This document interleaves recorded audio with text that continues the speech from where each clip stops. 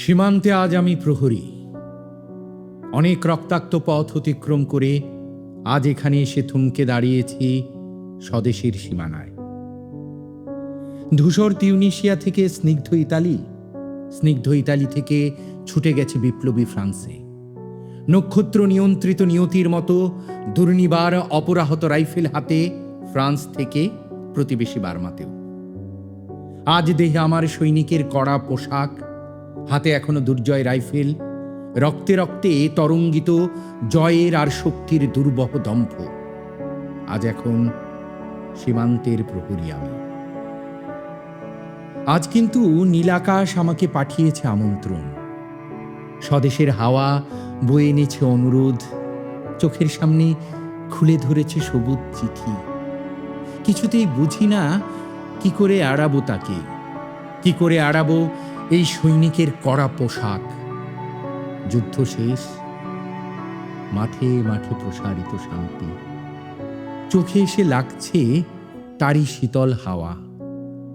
প্রতি মুহূর্তে শ্লথ হয়ে আসে হাতের রাইফেল, গা থেকে খসে পড়তে চাই এই কড়া পোশাক।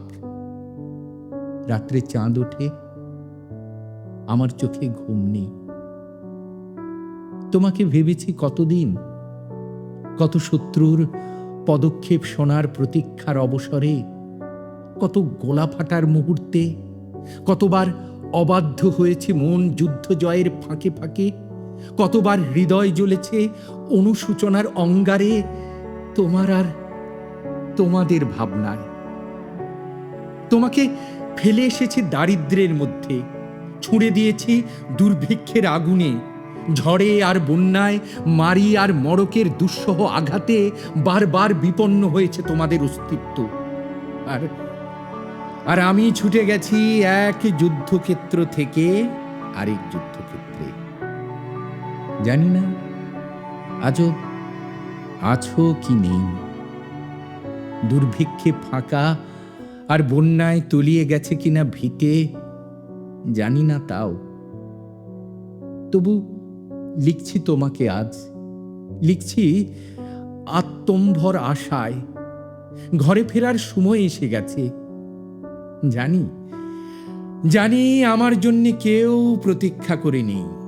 মালায় আর পতাকায় প্রদীপে আর মঙ্গল ঘটে। জানি সংবর্ধনা রটবে না লোকমুখে, মিলিত খুশিতে মিলবে না বীরত্বের পুরস্কার। তবু একটি হৃদয় নিচে উঠবে আমার আবির্ভাবে, সে তোমার হৃদয়। যুদ্ধ চাই না আর, যুদ্ধ তো থেমে গেছে। পদার্পণ করতে চায় না মন ইন্দোনেশিয়ায়। আর সামনে নয়, এবার পেছনে ফেরার পালা।